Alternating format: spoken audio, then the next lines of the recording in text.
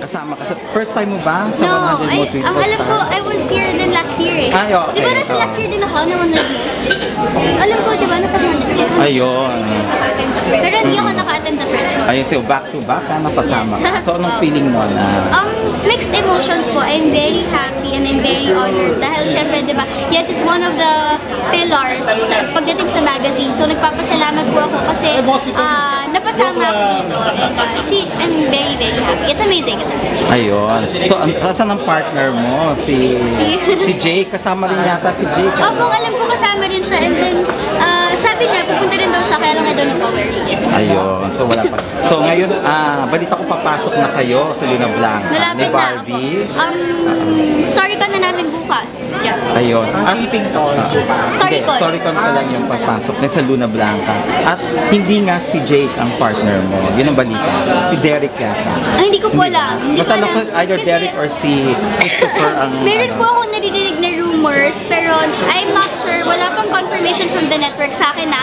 Kasi wala pa silang sinasabi, oh, ito yung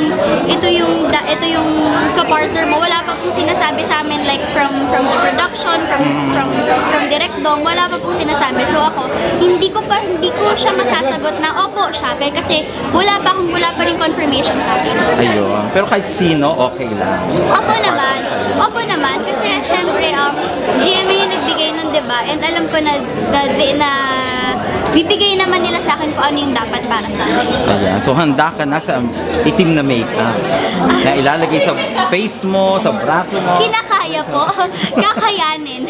Syempre, ano nga diba, it's a challenge.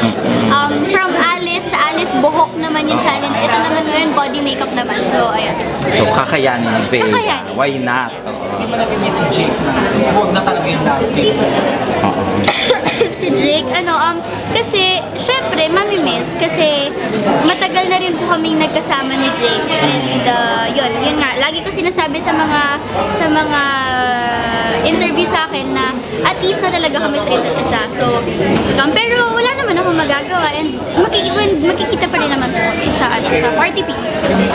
So looking forward kang makatambal if ever, Si Derek. si Derek.